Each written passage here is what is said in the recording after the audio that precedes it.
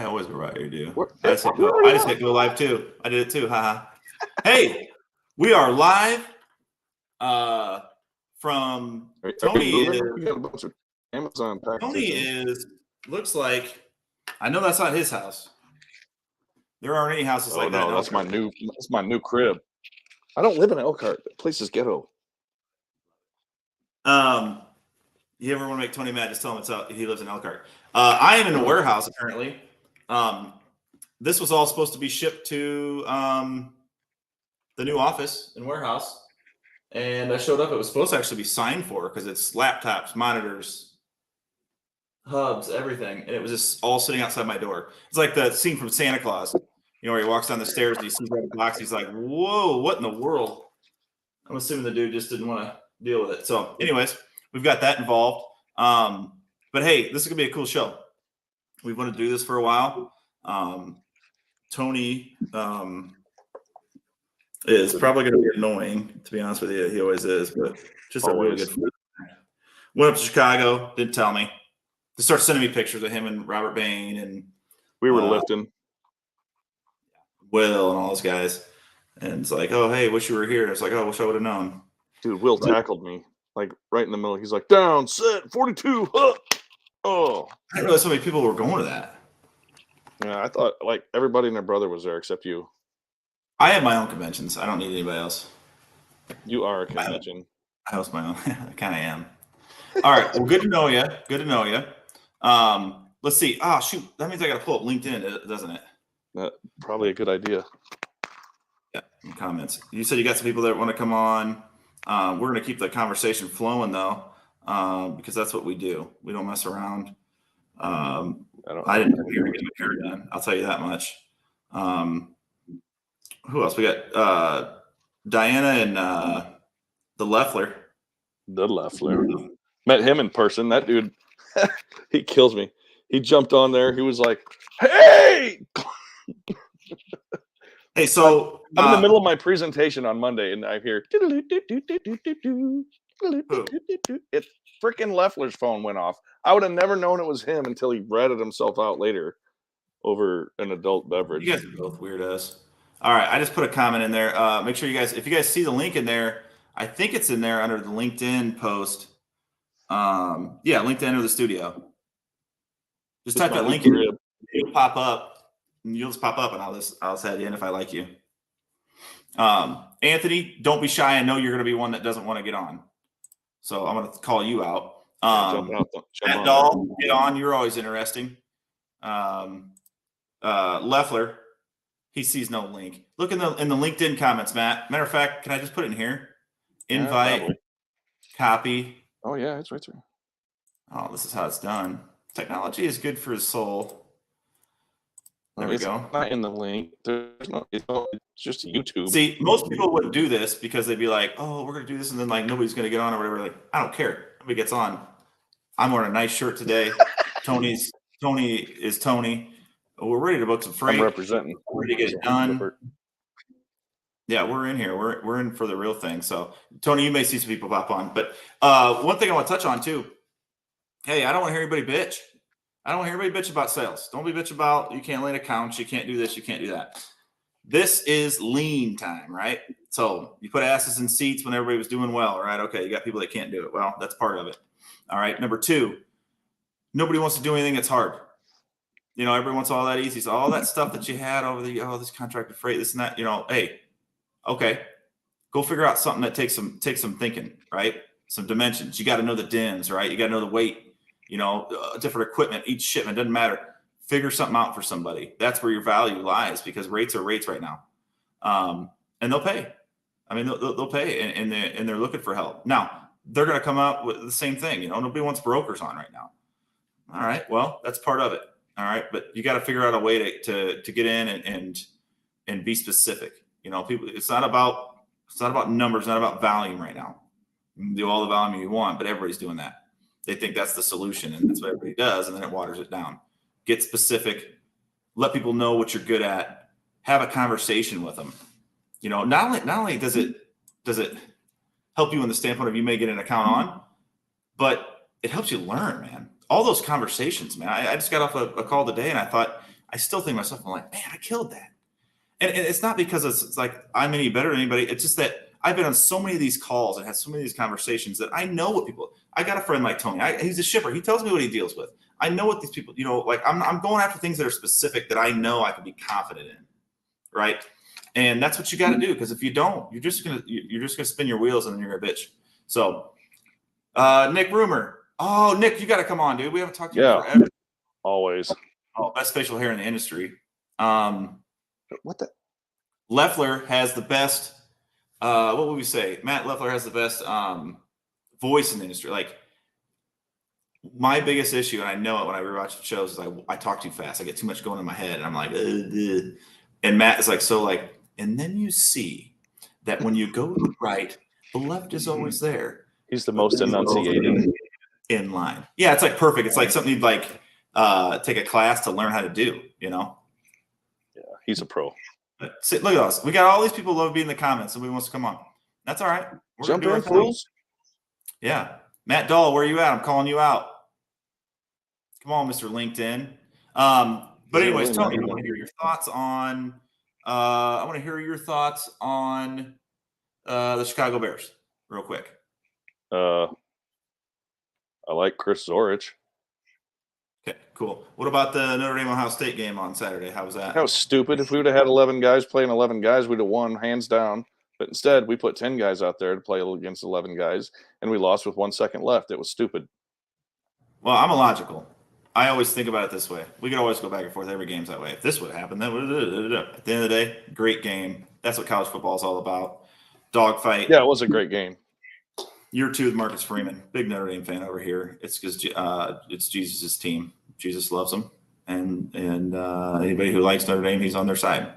But what are you seeing right now? Because we always talk. I always like going and picking your brain a little bit. There's not a lot in there, but I know when we get involved in like what you're dealing with right now from the shipping standpoint and the troubles or whatever you're dealing with. And I just posted it. I just posted the link in the comments. They can see that. Or is he? What is he? God, I love that guy though. Copy URL. I'm texting you. Yeah, text him, will you? I'm texting you right now, Matt. If it's not in an encyclopedia, I swear lawyers are still on the encyclopedias.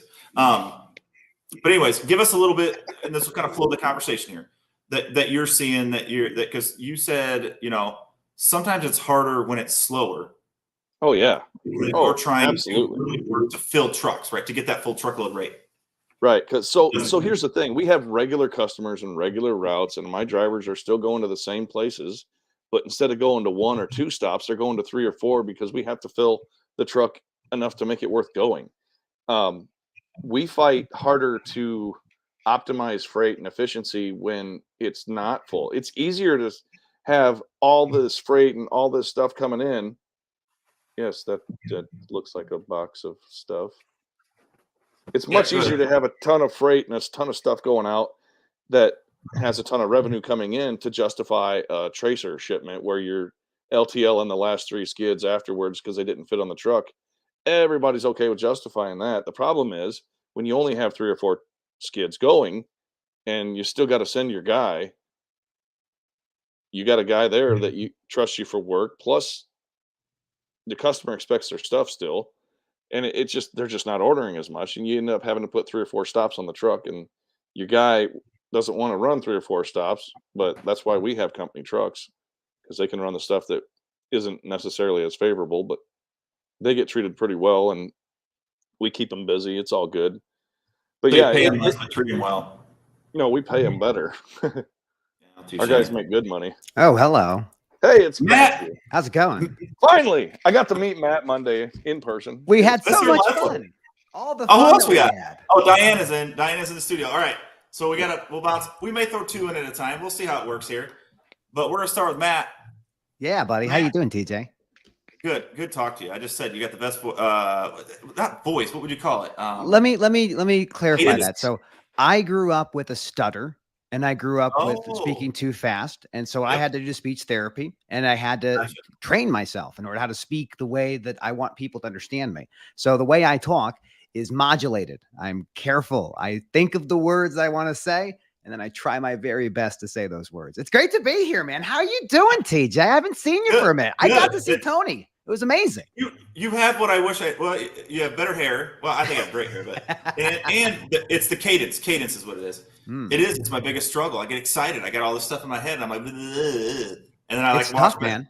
I watch again, and I look back, and I'm like, I don't think I even understood what I just said. If I were to go to my he just sits back there. If I were to talk the way that when I get really excited, I talk the same way you do. I start really, really slurring words. I talk very fast. I don't enunciate. And then people are like, are you insane? Diana! Diana. I am a fan. Huge fan. Same. It's been so long. It's been a minute. I got this hat. In the house. Oh, you suck. I bought this. I'm not like you shippers that get things for free. I got to spend money. Did that say please advise? It does say please advise. Oh my God, that's one of my favorite. I love that. I met Reed for the first time. It was really, really great. He's a good dude. That's all with Paul. We had a great moment of connecting in Chicago downtown. Paul is way taller than I expected. Like that dude's like taller than Brandon Bay. He's like 6'9". Yeah, now, he's huge. In fairness, anybody who's over 5'10" is a giant to me, and I am impressed by them. So I live that world. I'm with you. Frank Caviar, Paul. Paul Bernard Janislawski. Yeah, the very easy to say. Very yeah, Paul Bernard. Yeah. Frank Caviar. How are you, Shipper Diana? CRM. Well, you're dying. I'm living the dream, y'all. I'm living the dream. Being a recruiter, so it's I can't complain. It's amazing. I love it. Here's what we're gonna do, real quick. Matt, I want you to real quick for most people know you, but real quick, what you do. Like what you do in the industry, what you're doing, and what, because everybody's got something that's kind of on their mind right now. Something that they're like, this would be good to talk about, or something that's a topic that you're just thinking about that, as the industry goes. Yeah, dude, I appreciate that.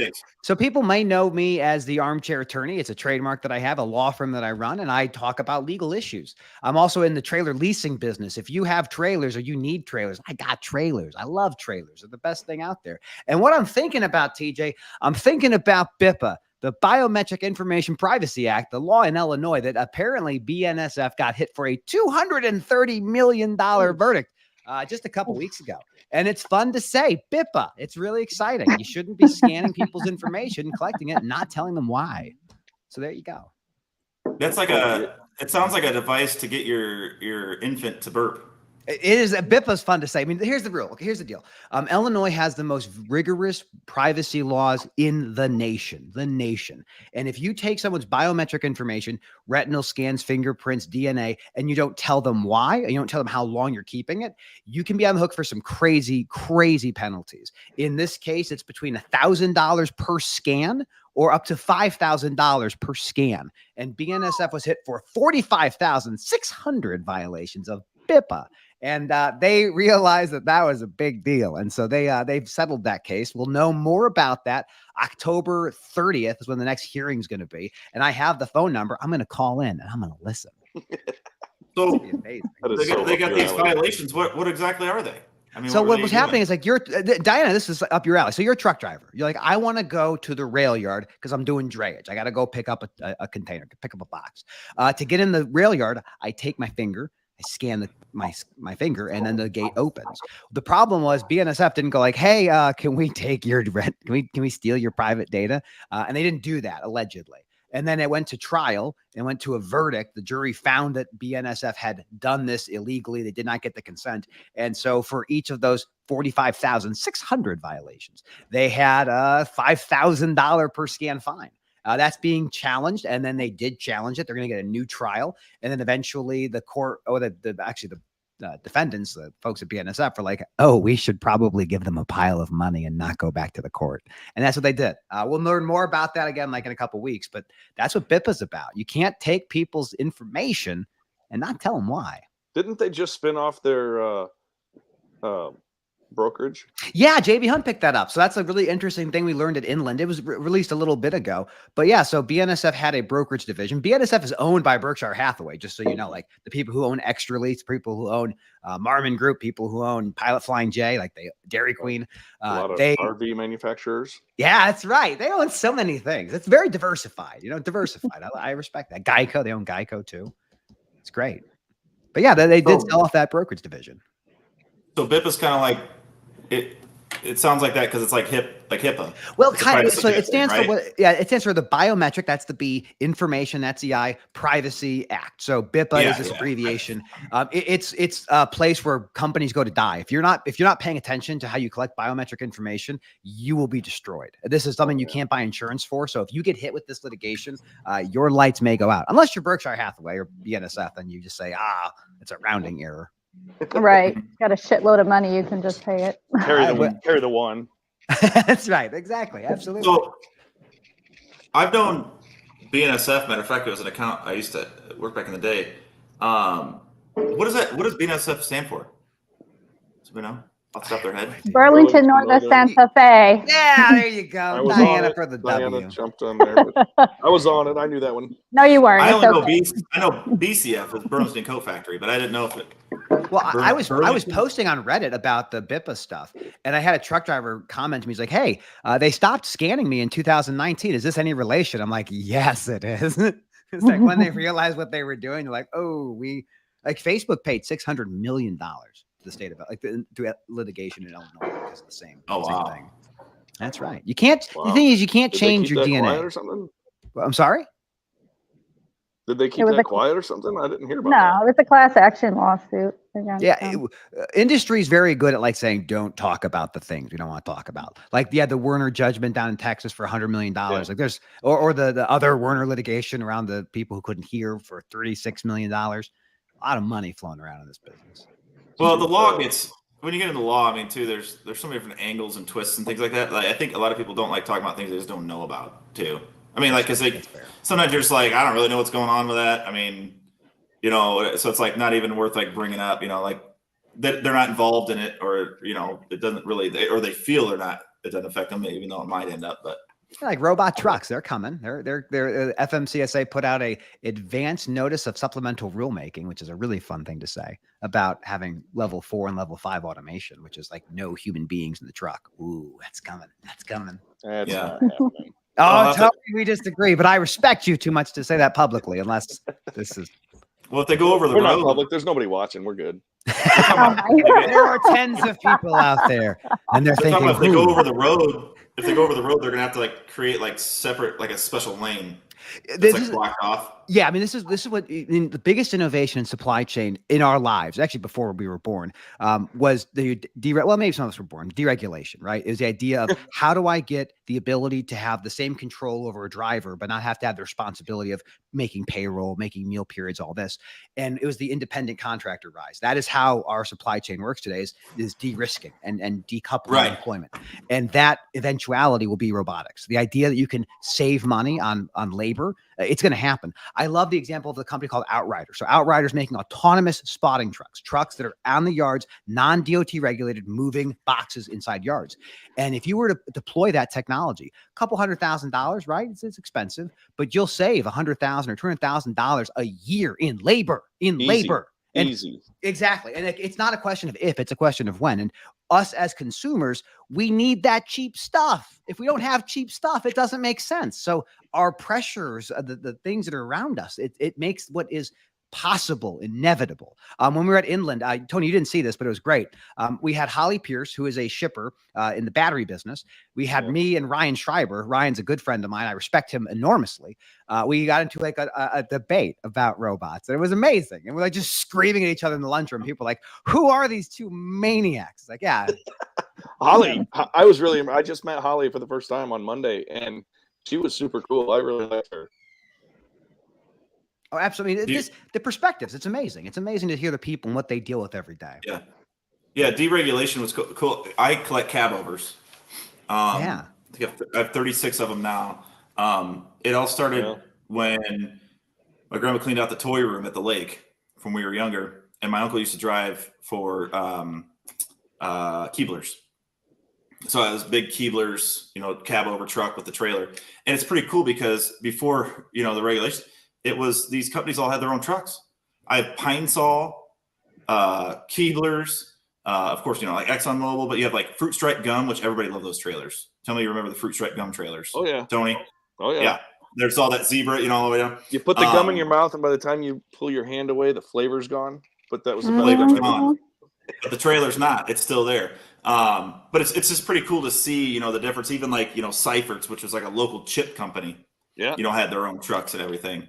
Before all went independent. I love you talking about this because, like, if you go back in the Wayback Machine, 1980, 60% of all truck drivers were unionized. 60%, and their average take-home pay, when you adjust for inflation, $110,000. I mean, this is not the way it is today. It doesn't work this way now.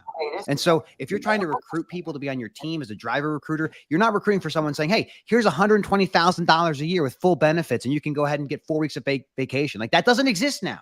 We talk about driver shortage. It's not a driver shortage.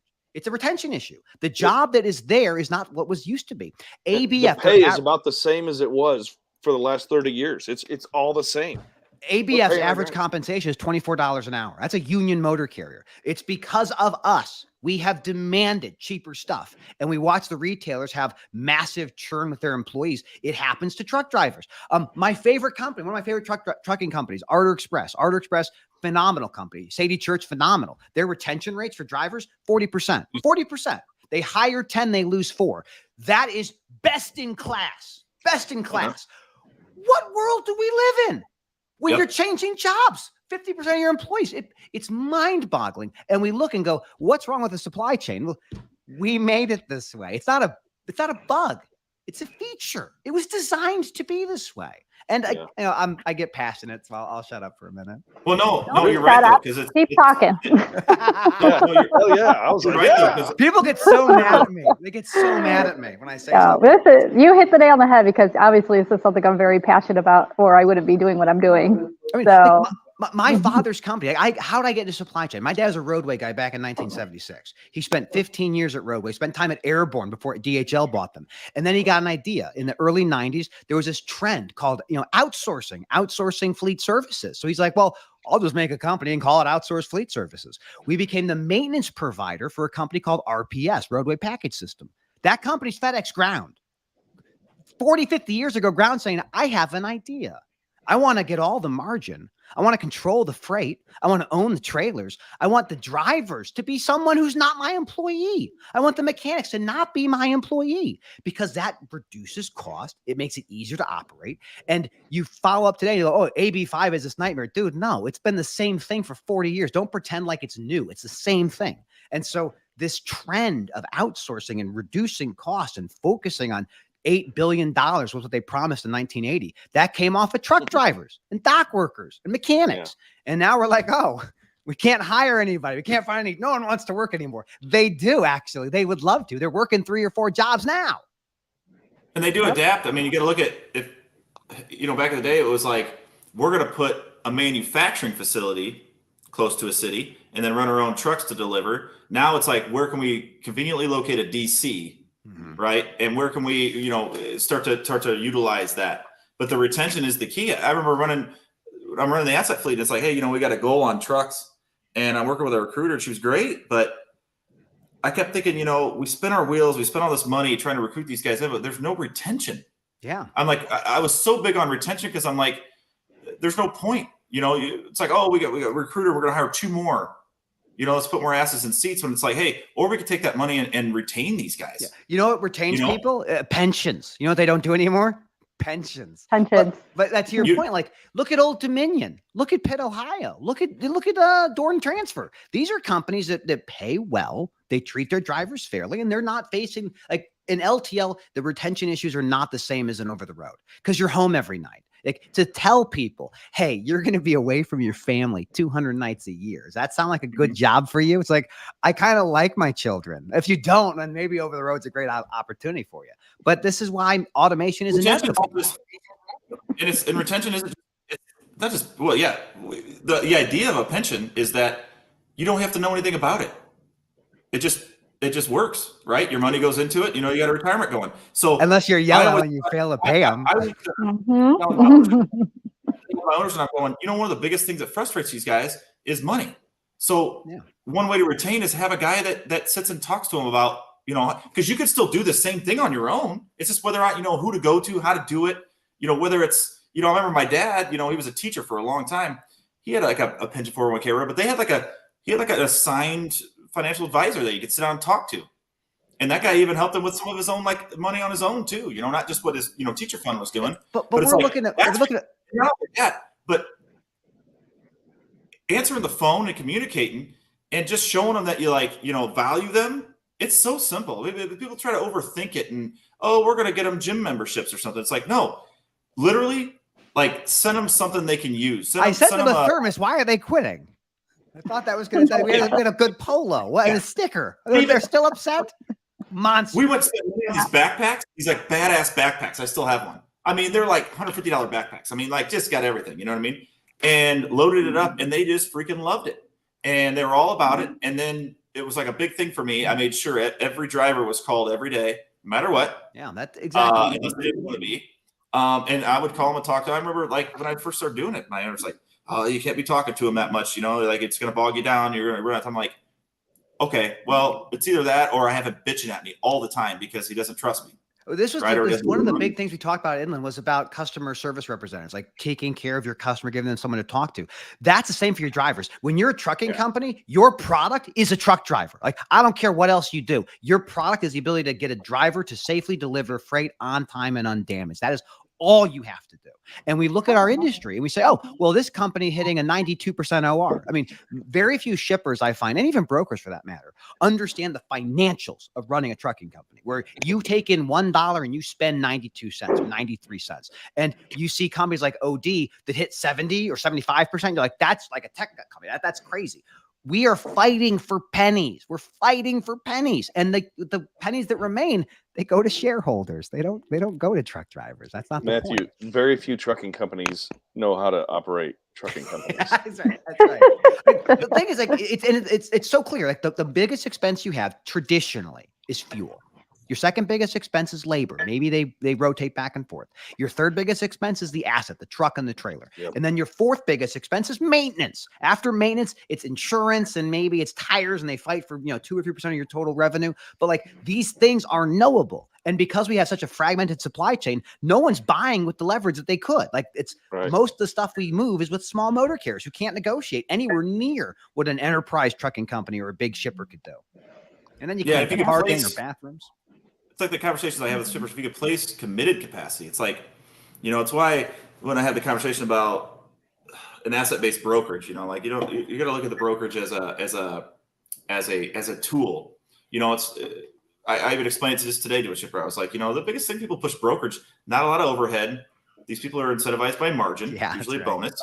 On the asset side, usually it's just a base salary. They come in, they drink their coffee, they book trucks. They don't really have an incentive.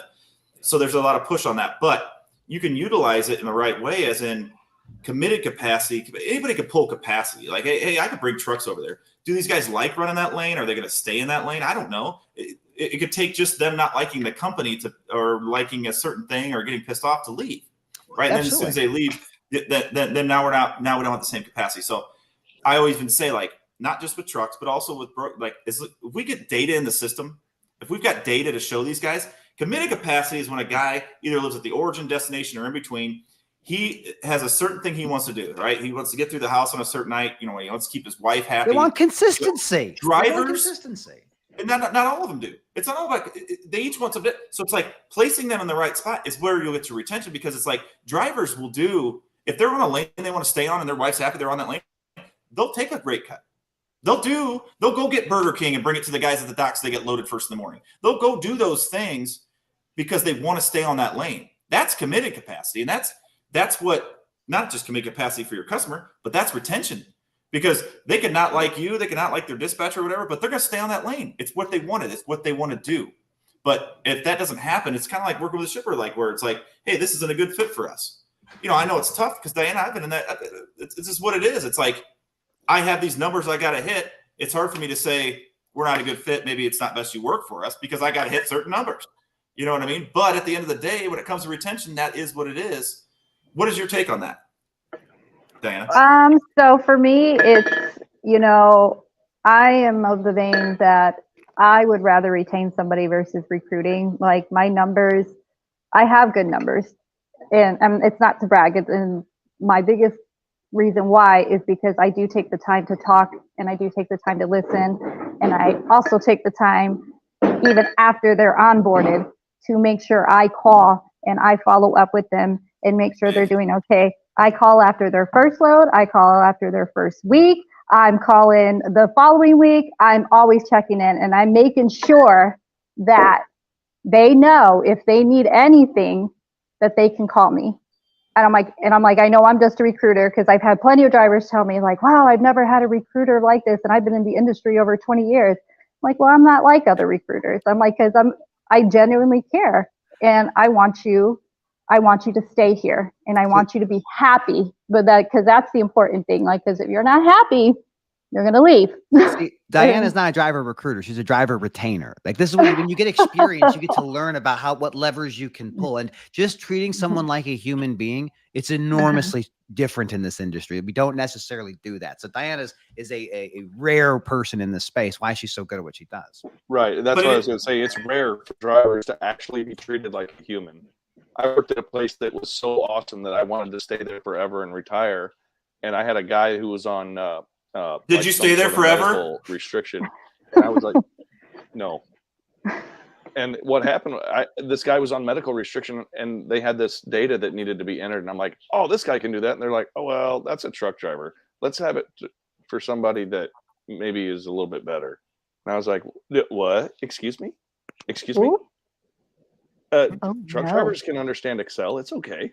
They're using devices every day. I mean, they're using ELDs. They understand technology. Like, well, this was way before all of that. But I was like, guys, I'm a truck driver and I'm in charge. So what's your excuse there?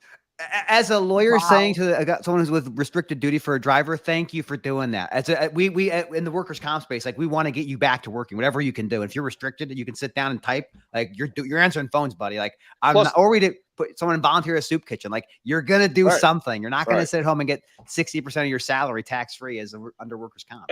And plus, if you can negotiate and wrangle yourself a lot, Lizard, you can do something, right? You know what I mean? Like, this guy would have much rather been out working than doing this stupid data entry thing. But it wasn't the fact that he couldn't do it. It was the fact that they didn't think he even deserved a shot. And I was so mad.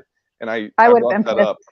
Well, yeah, I raised holy hell on that one because, these people were friends, and, they realized, oh, yeah, that's kind of a bad look. Sorry about that. And, it got resolved. I'm not saying it was left out there like that, but yeah, I had to stand up and say, guys, this is not okay. Mm-hmm. But it's reality. And that's what I always tell people. It's like, the reality is there's not as much education with the finances and the business side of being an owner operator, especially when it comes to the fact that there are a lot of shitty drivers out there who don't care. Oh, yeah. All right. And that's where, you look at brokers, they get the same type of carryover. There's a lot of them that just don't care. How do you separate yourself? Now, in a brokerage system and structure, you've got a lot of management, right? Maybe you've got some tutelage going on, right? People working with them and saying, hey, this is how you separate. That's what I always try to work on. It's the same thing as a driver, though. If you really approach it from the standpoint of like, how do I keep myself from being lumped into that group of, because it's like Yelp. Think about Yelp, right? You go on there and like, if you have a good meal, all you're saying is, I'm probably going to go back there again. You have a bad one, you're going on leaving a review and get on. You remember it, right? You remember it, right? So you deal with a bad driver, you remember. You may have the last 10 drivers you used, one was bad, and then now all of a sudden you hate drivers, right? Even though 9 out of 10 were good. So you got to just understand that that's reality. You can't complain about it's like I do anything. It just is what it is. Same with brokers, same with lawyers, same with car salesmen, same with whatever, right? How do you separate yourself and set yourself up for opportunities? Now, sometimes it may just be as simple as having a connection like Tony, or making a friend that will vouch for you, right? But today I talked to a leadership class over at high school, and I said, people are always watching, no matter what. I mean, you may not think it, but they're always watching. Like, everybody is looking at what you're doing and how you're doing it and getting a read, not just off of what you say and how you do things, your body language, all of that stuff plays a role in it. And if you're already coming in at a disadvantage when it comes to that type of thing, some of the best drivers I know, man, they were just smooth. I mean, they just had it. They've been out there a while. They were, and Ingrid Brown talks about it all the time. Yeah, Ingrid's phenomenal. Absolutely. Because they used to have guys and people that were teaching them these things. It was a profession back then. It doesn't happen anymore. A profession. She said she feels bad. She goes into the truck stop and guys don't know how to get a shower. They don't know how to do this or that or whatever. She's like, oh my God, because it's like, back in the day it was like, oh, let me show you a young whippersnapper. This is what we do. We keep our last name proud. And there was something to it. And that still is the case because it's still a human being in a truck moving freight. But it's just a couple of months to get a CDL. Right, but society stopped respecting it as a choice profession, which comes with a lot of different professions, though. I mean, it really does. Right. And the fact that the market can go up, rates are high, and people are like, I'm going to go buy a truck. I live in Elk Grove Village, and all of my family has one, so I'm going to go get a truck and get in it, and then run and just not really know what I'm doing, cheat people on rates, take too much, just run the DAT board, and when the market goes down, I can't do it anymore. Now I'm complaining. It's everybody else's fault. I got to sell my truck. Right now, capacity's going. It's like now all of a sudden, that's where you see the truck, all that stuff. Yeah, It's part of it. Now, that's not every driver, but it's the ones that do that tend to taint it for others, and the ones that still take it very seriously, because those ones are hard to find, and when you do find them, I mean, awesome. I go back to how we looked at it like in the old days, like to get a route, like you just didn't open up a truck company. You couldn't do that. You'd have to have it from the government typically. And so this was a profession. This was something you worked really hard to do. This day and age, we have for-profit truck driving schools that are churning out people at crazy rates with clauses in their contract saying, if you don't stay with me for a year, you have to repay everything. And we've made this into such a commodity. And when you look at truck driving schools, how many truck driving schools teach you how to drive at night or drive in the mountains? They don't. That's the thing. They don't do that. And so people enter the market, they do their thing, but it's feast or famine. In the old days, the way this has always been is the most effective companies could shed cost in the downturns and pick up capacity when it got busy, and they would outlive their competitors. This idea of these bankruptcies, this is how construction works. This is how trucking works. It's not an aberration. It's how it's always been. And we look at this like we're very myopic. We look, okay, this has been the last couple of months, last couple of quarters. No, this is like, look, decades and decades and decades. This is how it's always been. We see Yellow, my God, 99 years in business, 99. They were here before there were containers. They were here before the highway system. They were here before ELDs, and they survived for 43 years after deregulation. And they only lost out, in my opinion, because they couldn't effectuate One Yellow, which was to restructure. They had terminals that competed with each other. They buy Roadway in 2002 or 2003. They don't change the decals. They don't change the terminals because the unions were like, no, we don't want to do it. And had they given them the chance, they could have survived. And now, the terminals that they're selling are worth at minimum $1.5 billion. That's billion with a B. And that's the minimum. That's what the SD stalking horse is going to do. So there's a possibility Yellow lives again. And I tell you, my father tells me this too. If Roadway had stayed independent, they would still be making money right now. Oh yeah. I love Roadway. And you look at the old school too. It's you go out to Iowa, you go over to those old Corteva agri-science plants, the Phillips, all that right next to him is a trucking company, right? That guy used to take the head shipper out to dinner. They used to go out and have steaks and talk about the corn crap. And they were wearing suits and ties. And they would build around. Listen, I grew up in the automotive expedite world. I've been in Detroit more, I think, than I've been in my own house. And I go up there and it's here's a company, GM Expedite. Here's a company, Ford Transportation, right? Where are their terminals located? Right next to the plants. Right. I mean, that's how it used to be. It was like a strategic growth model, right? That was kind of old school. And then as they grow, though, right now, so they want to branch out. Their son gets involved, right, or whatever it is. And now they're like, oh, well, let's do this. And it's just like any other company. It's just like a TQL or a Landstar.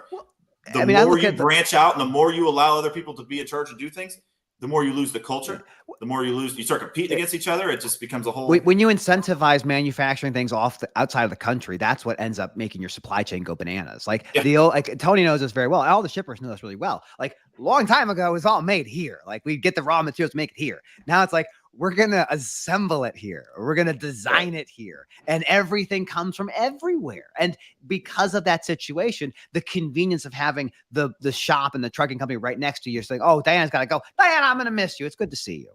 I got drivers that I got to call. I'll see ya. Bye, Diana. Or the farmers that had their 53-foot dump right there on their property used to run corn. Listen, everyone's organic now. 83% of organic corn in the United States is brought over from India. We are the United States of America. 83% of organic corn is brought from India. Why? What's organic? How do you grow it? Well, there's no definition that's made, so you can just call it. You can't use pesticides. You got to hand pick things. You got to do all these things. Where's the labor at? Right? It's easier. It's cheaper to do it. It's cheaper to grow corn in India. Hand pick everything. Don't use pesticides. Put it on a ship and run it over here.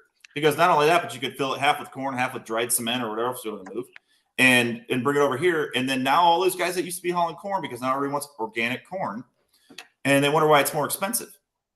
And it's like, oh, everything's more expensive because it's organic. But we could do it here.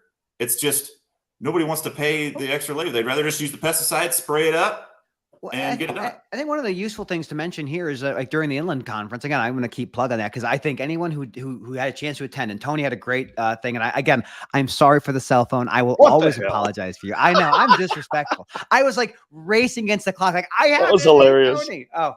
But I would have never known it was you until you ratted yourself out. I have a duty of candor. I am going to tell you if I have made a mistake because that's why I love you. That's what I love you. But like one of the things we learned at Inland was like the reshoring or nearshoring and bringing manufacturing to places like Mexico. One of the most interesting things I learned in one of the intermodal panels was that there is a rail yard that has done a deal with a cold storage company. And what they've been able to do is essentially overload the container that is refrigerated with like overweight. If it's on the public highway, it's illegal.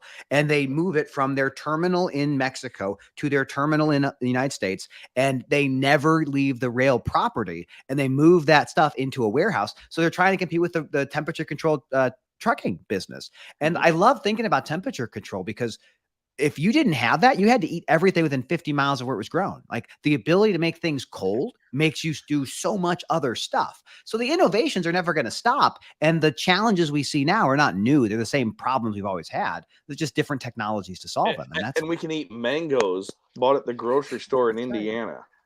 That's exactly right. I mean, we need to have all the assortment. When I was a kid, the produce section was only there sometimes. Right.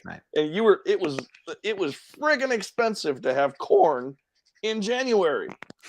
Like it was so expensive. And now it's like, it's $2 an ear, whatever. That's right. And there's a whole everything all at once. Yeah. It's because we can grow it on the other side of the planet or south of the equator or whatever in the other season and still have it here tomorrow and be fresh relatively. Tony, what was one thing you found most interesting for Inland? What was, because this was your first one, right? Yes. Holly's speech about getting to the right people and becoming effective in planting your flag as your brand and your name and your effective communication in your own organization as she struggles with 25 years experience. And she goes up there and they're like, well, what about me? And she's like, well, you don't have a master's degree. And she's like, well, I'm working on it, but 25 years. Holly told me an interesting story over lunch. She said one of her C-level folks came ahead and said, hey, why don't we lease a boat? Because there was all the stuff was in Port of Long Beach and Port of LA. And it's like, we could lease a boat. It's like, do you know how much a boat costs? Have you thought about that a lot, or you don't just get a steamship? Let's put all the stuff on a plane. Let's get do that. A container ship. Then you're like, Amazon's like, that's a great idea. Let's do that. Right. Well, you know what's beautiful and why I'm just such a nerd in this, and I tell people all the time, like, there's always so much to learn. You even look at the grocery store from, a lot of what as shipping changes, so does packaging too. I mean, like it's like a huge, it's part of it, right? So it's like the other day I thought about this. It's so funny you brought that up, Tony, about the store. Because I'm walking through and my son's like, hey, I want a cookie. And I'm thinking to myself, it hits me, right? Remember Scott's? I don't know if you remember Scott's, Tony. It was a kind of a Fort Wayne, but it was, the grocery store. You could go over and just get the wax paper and grab a cookie, right? You used to be able to go over with the bag and scoop all the different candies or the peanuts or the almond, whatever, right? You could get, now the smallest thing of cookies that they sell, like at Meijer, is like 36 of them. It's like, I can't buy, you're over in the bakery area, you go over to the bakery. It's like, I want an M&M cookie. It's like, I can't just buy one cookie. You can't do it. You can't, you used to be able to go over there and get one and just buy one or two or fill up a bag and by weight. An entire industry has sprung up from that, TJ, because you have things like crumble cookies, like these like decadent. You can buy a single cookie for $5. It's a great deal. It's a great deal. Yeah, a single cookie for $5 when usually the lady would just give you one. Well, speaking of packaging, my wife was a packaging engineer. So she worked at Unilever, worked at the Hammond facility for Unilever doing Dove soap. She worked with Treehouse doing all the house branded stuff. What about Air? It's one of my best accounts. I love that account. Unilever's good, but Air. Kilborn had the Hellman's mayonnaise plant. They make the bubbles. They make the air bubbles. That go. I don't buy air bubbles. I get my air from outside. like the plastic ones, like when you buy a computer, so it's got like little air bubble wraps. Oh yeah, okay. I'm sure Amazon gets a lot. Air something. I don't know. Anyways, go ahead. Well, I was just going to say, I love talking to my wife about what it's like to be a manufacturer. I'm like, oh, so you're a shipper. And she's like, what? What do you mean a shipper? I'm like, well, no, like you ship things. Like, I'm a manufacturer of consumer products. I'm not a no, shipper's the name that I tell you are. Oh, I'm so sorry. I should call you what you are. Your segment is manufacturing consumer products. I understand. But like Unilever is a great example. This is a company with 140, 160,000 people globally. And they're one of the biggest shippers in the world. And 40% of the time of their revenue came from Walmart and Sam's Club. And here's the deal. If you're a shipper, you don't really understand. You might understand the cost of trucking. You're not going to get into the nitty gritty of like, what's a glad hand? What's a mud flap? I'm not going to learn about that. But like your customer knows the cost of everything and they're going to make sure the prices stay reasonable and your margins stay reasonable. And so ultimately the way you save money on transportation is, you move in the contract business, you move in the spot freight, wherever you can move things, get as cheap as possible. And shippers learned last couple of years what happens if your supply chain is not very resilient. And then they're like, oh, we need to do better than that. And so the next few years, like that's the thing about inland, they're saying maybe Q2 of next year, we might see some bigger demand thing recover. But the freight recession has been going on for a minute. And we're going to see a lot more companies struggle, really, really struggle to survive in this environment. I'm 100% on board with the Q2 of next year. I truly believe that. So I can adjust my rates to you in Q2 next year. Is that what you're saying? No, I just sealed air. Sealed air. There it is. Yes, it was sealed air. All right. So okay, I have things that I have to do. All right, time out. Let me hang on a second. I got somebody calling me out. Who's Michael Steaky Eeky? I understand that organic corn is not hand-picked. Okay, I understand that. That's not what organic is. I'm talking about the hand-held things or whatever it is, mechanical, more human things that you got to do to keep the bugs. And there is no universal definition of organic stuff. So when you see, as my wife told me this thing, she's a packaging engineer. Well, there is because it eases my mind. Okay, well, in terms of like, it may say these things, but again, everything is genetically modified. Like everything that we eat over time has been modified, whether it's through selective breeding or chemistry and genetics. Everything is on it, So everything is like this. But there is no universal definition of organic stuff. I mean, there is maybe some certain pesticides they may not use, but they'll use other types of chemicals. We need to get back to freedom gardens. Like that's what we need to get back to. Like I'm gonna grow my own stuff. What cracks me up is the people who are like 5 years ago were crying about food packaging. We need GMOs labeled. Everything needs to be labeled. If it's GMO, it needs to be labeled. Are the same people that are now like, I'm eating this Impossible Burger. Look, I'm like, you're eating meat made in a lab.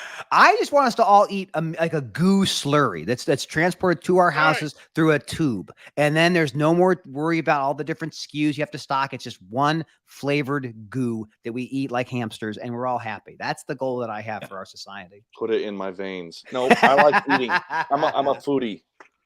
Yeah, or you go over to Fresh Market or there's bigger chains than that, but there's one around here called Fresh Market. You know, everything's organic and fresh and everything. And people are walking around drinking Red Bulls and everything like that. And I'm thinking to myself, like, man, you really want to keep like the chemicals, everything out of your body, but you're drinking a Red Bull as you're walking around Fresh Market. You know what I mean? I mean, you might as well trip a little kid, you know, and stick a pencil in a wheelchair guy's spokes at the same time, and then claim you love people. I just take a 9-volt battery and touch it to my tongue. I'm like, I'm awake. I'm alive. I can do it. Yeah, TJ, what put a are all little these glue on boxes it, too. behind you? What am I seeing? What have you? Oh, not no, unpacked yet? I tried to That's describe hilarious. it. I tried to describe it at the beginning, but this is for the new office, and it was supposed to go to the warehouse at the office. And I show up, and it was like that scene from. This isn't even all of it. It was like that That's a scene from Santa logistics Claus, you know, error. when Tim Allen comes down the stairs and he sees all that delivery. It was supposed to be signed for. These are laptops, monitors. Don't hubs, tell us everything. what it They're now. sit- We shouldn't tell. That's a lot of I was risk gone right for there. 2 days at the lake, and I came back, and they're all just sitting out in front. Just stacked up around my door, and I'm like, oh my god. I mean, all Good thing you don't live in the hood. electronics. Yeah. I spend a lot of time making sure my background looks like reasonable. I mean, I have some books, I have some fish. Tony, Well, where I are you usually at? What do, are you? especially with my deer heads. I usually Oh, do. see, I just I However- just saw the deer necks. I'm like, oh, this must be a really Yeah. neck focused business. I'm in However, the living I had room these of my stacked here. lounge here. Yeah, I mean, this is I a had them beautiful. stacked I here, love the and then I piano. didn't even realize it till I turned the computer on, and it was already 4:30, and I was like, well, F it. See, I live in So- the past. I'm in Central Standard Time. Everything is so much easier here, and I would actually say more civilized. I should be on Central Time. I don't like the fact that I'm not, but it's okay. Are you in Yeah, Chicago? you're right. I mean, Hammond and all that. That's all I think Central. Are you in Chicago? Me? Yeah. I'm in the suburbs of Chicago. I'm about an hour west of the city. You said civilized. Yeah, civilized. And then you Suburbs. live in County. Chicago. No, not Chicago. I live in Kane County. Yeah, I see. You what live you're doing. you live in Illinois. I you was said telling civilized. Tony when we were down there for inland, like in River North. I lived River North when I was practicing law, and my old office was like literally across the river. Like that was my old stomping grounds. I was miserable when I was there, but it was nice to go there and not be miserable. As Like, we went traipsing around. I don't understand why. I don't understand why lawyers always just practice law. When do they just actually go do the law? Like, So that's why are they a always practicing? we're always continuously improving, and practice makes you better. And so what we're like, same with being a doctor, you practice, you have gotten to a place in your career where you are doing something every single day and you're getting better and better and better. Hopefully, the world I came from, I used to be a product liability attorney and a big truck accident attorney as a defense counsel. And those are like the worst day in the life of a freight broker or a trucking company or a shipper was my everyday. And those are really hard when you deal with really significant injuries. So in the world of supply chain, beyond like the horrifying catastrophic stuff, like the worst day is like, oh, that thing arrived and it was late. Like, oh, that thing is broken. We'll have to get another one. It's like, yeah, it sounds awful, but I don't have to deal with dead people. So that's I'm okay with that. You've never been in the expedite world, then when you miss protect time and they charge you $45,000 an hour.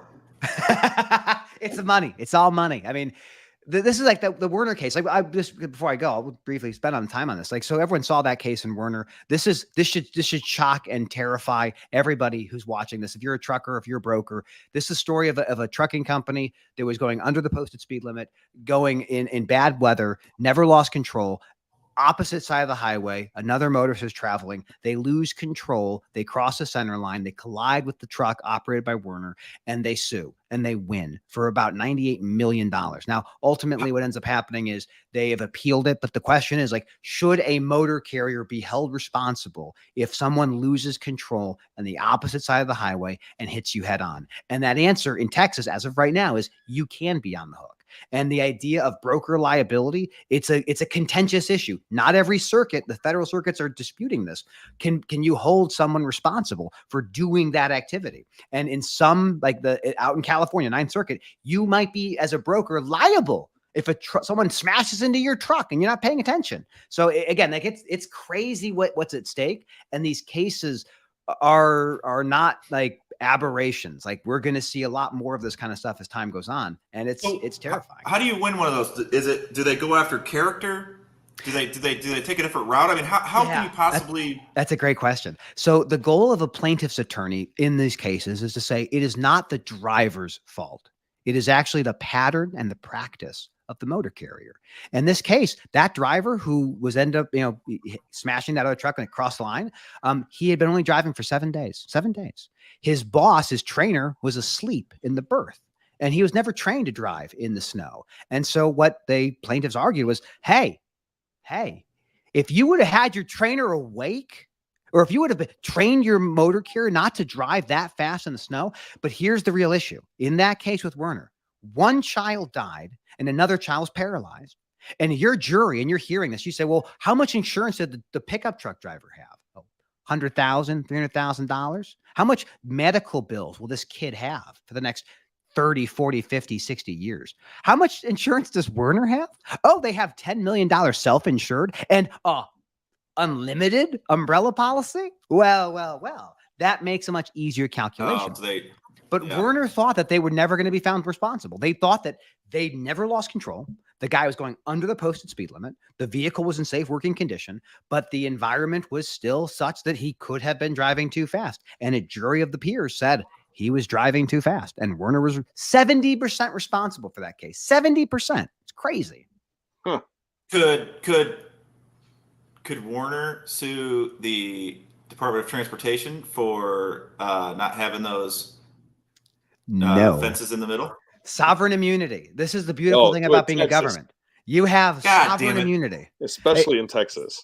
But I will say this: it's being appealed to the Texas Supreme Court. They may weigh in and say we are not going to hold you liable, because this is for any motorist in Texas. If you're driving on the highway and someone crosses the line and smashes you, you could be responsible, and that's utterly absurd. Utterly absurd. But that is the consequence of how these laws and this way the juries operate. The rule, I would say, as a lawyer speaking to non-lawyers, never litigate a case that involves a dead child. Like, if you want to litigate any case, do it. But don't litigate one that involves a dead kid, because no one's going to be like, oh, you're fine. Get out of here. You have all the especially in Texas. It's not your fault. In Texas, the judge be like, all right, the lawyer, you get the death penalty. You get the death penalty. They start throwing that things around. Texas is a really interesting at a Texas state. Longhorns game. Very interesting state. No, they'll send you straight to Huntsville. Alabama? No, Texas. So that was the case. We're getting close on time. How long do you typically go, TJ? I never do this with you guys. We're about done. We do whatever we want. We literally don't follow any rules. Yeah. Everybody's like, why aren't you guys on like other podcast platforms? Like, because we do what we want, and we always have, and I think that's why people like us. Where's Tony? Or maybe people don't like us. My virtual background is gone. I'm just. Okay. I was like, are you back at the JOC? Like, are you getting ready for another presentation?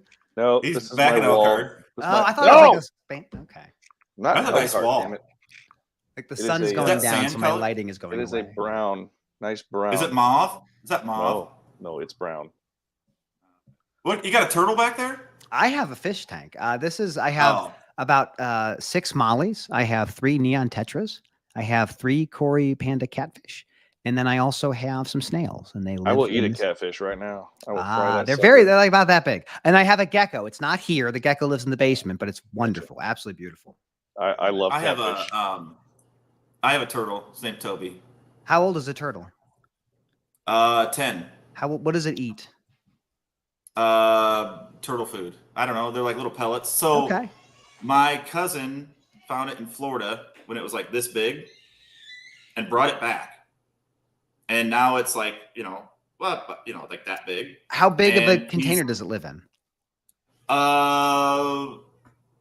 Little bigger than that. So that's a 20 gallon. I hope it's about this much water, much water in the bottom with a little fake log that he likes to sunbathe on. And for 10 years, he's been in that much water. You clean the tank every once in a while. The dude just lives life. He floats. He puts his paws out. He's like the sun in the morning. He's the coolest dude. He's the best pet in the world. My son wanted him, so we got him. But we've had him for 10 years. That's awesome. The gecko, we just got that. I love animals. It's so much fun. So does Tony. I do. All right, I have to go take care of babies. I hear them screaming in the background. It has been a pleasure. I thank you. I was able to get on because of Tony sending me the link. I never saw a StreamYard link, TJ, so I will blame user error. I never cease to amaze myself with my incompetence. So I appreciate Tony making that message for me. Matthew, it was awesome to meet you. I said as a lawyer, since it's not the encyclopedia, you didn't. I'll let you go so you can go take care of your kids. I I'm don't gonna know put if you a guys post can out hear them again. if they're screaming. But yeah, Tony, it was Little great. It was great meeting you. I'll say this. I love to meet people that I've met through the internet, like, and say, are they actually the kind of people I think that they are? I'm the And same guy here as I was there, right? well, I think you're even better, because I think that we had a really good conversation. And I think that anyone who gets a chance to meet you in person, you live up to all the expectations that I had. You seem like a very reasonable guy, and it was a pleasure meeting you. I appreciate you letting me come on. I'll come on whenever you want me to. Like, I don't unless I'm like doing I'm something. sorry you had expectations. I'm not. I'm the opposite though. You meet me in person. You meet me in person. I'm way more Way ripped than what worse. you'd think. I've got like a Oh. long head of hair. Yeah. Get going. Yeah, there you go. All right, guys. I saw Bane. Bane's a big dude. All right, you guys have a great day. Take care, See you, TJ. man. Good Thank show. you. Tony. Thanks, Bye, Matt. guys. See you guys. Thanks, Diana. Bunch of cowards out there. I called Matt Leffler, Yeah. or not Matt Leffler, Matt Dahl, Jason, all them guys. Nick should have Man. jumped on too, for real. Yeah, Nick. Oh, I live in Scotland, and it's 3 a.m. I can't jump on. I'm almost Whatever. disappointed in you, Nick. I can't be disappointed. He's such a I know. good-looking guy, and his accent. His accent blows my mind. I mean, I'd take love him it. out for a shrimp dinner and never call him again. You know, there's no way around that. That's So, awesome. All right, listen. Hey, I gotta go. I gotta go change my purple shirt. Oh, Thanks, Tony. Later, bro. Handle it.